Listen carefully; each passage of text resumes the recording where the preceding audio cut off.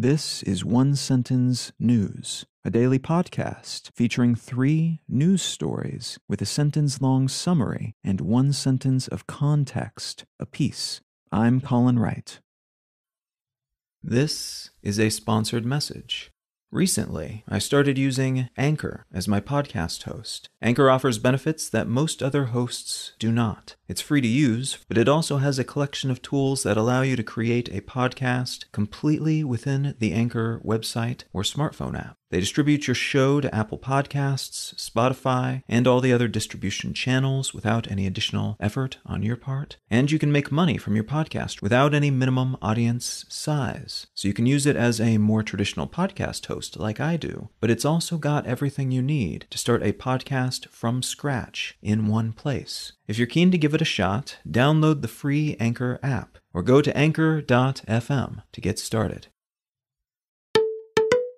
It's Tuesday, April 26th, 2022.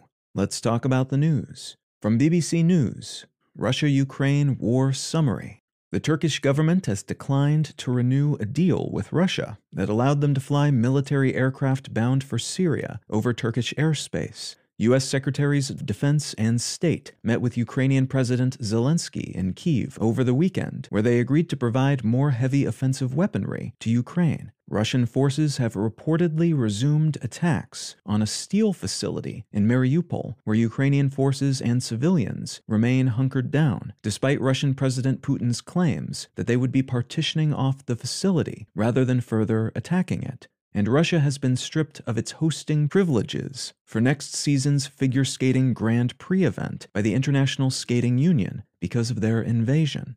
India's Prime Minister Modi met with EU Commission President von der Leyen yesterday as part of a larger effort to shift India away from Russia, both in their energy consumption and in their defense apparatus, 2 areas in which the country is fairly well entangled with Russia at the moment.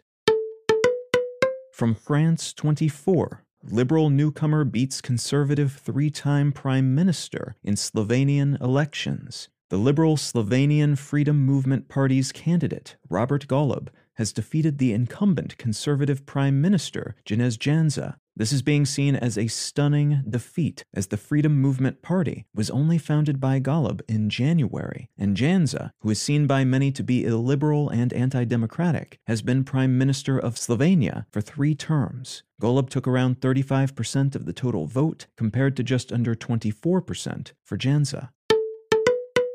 And from The Verge, Twitter accepts buyout, giving Elon Musk total control of the company.